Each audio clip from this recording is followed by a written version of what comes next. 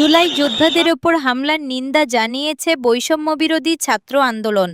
জুলাই সনদের আইনি বৈধতাসহ কয়েকটি দাবিতে আন্দোলনরত জুলাই যোদ্ধাদের ওপর হামলার ঘটনার তীব্র নিন্দা ও প্রতিবাদ জানিয়েছে সংগঠনটি।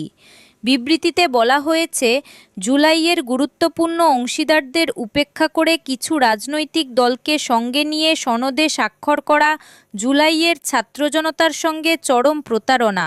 ভাব দেখা গিয়েছে। আমরা সেফ এক্সিট মানে যে দেশ ছেড়ে পালাতে হবে এরকম না। জুলাই সনদ নিয়ে সরকার দায়সারাভাবে কাজ করছে বলেছেন জাতীয় নাগরিক পার্টির এনসিপি উত্তরাঞ্চলের মুখ্য সংগঠক সার্জিস আলম। তিনি বলেন, জুলাই সনদ নিয়ে অন্তর্বর্তীকালীন সরকার দায়িত্বশীলভাবে নয়, বরং দায়সারাভাবে কাজ করছে। এতে জনগণের আকাঙ্ক্ষা প্রতিফলিত না হয়ে সরকারের নিজেদের নিরাপত্তার চিন্তাই বেশি ফুটে উঠেছে। জুলাই যোদ্ধারা কেমন আছো তোমরা? কেমন লাগছে আজকে তোমাদের কাছে কাকে ফ্যাসিস্ট মনে হচ্ছে? শেখ হাসিনাকে? জুলাই সনদ বাংলাদেশের জন্য ঐতিহাসিক দিন বলেছেন গণসংহতি আন্দোলনের প্রধান সমন্বয়কারী জোনায়েদ সাকি।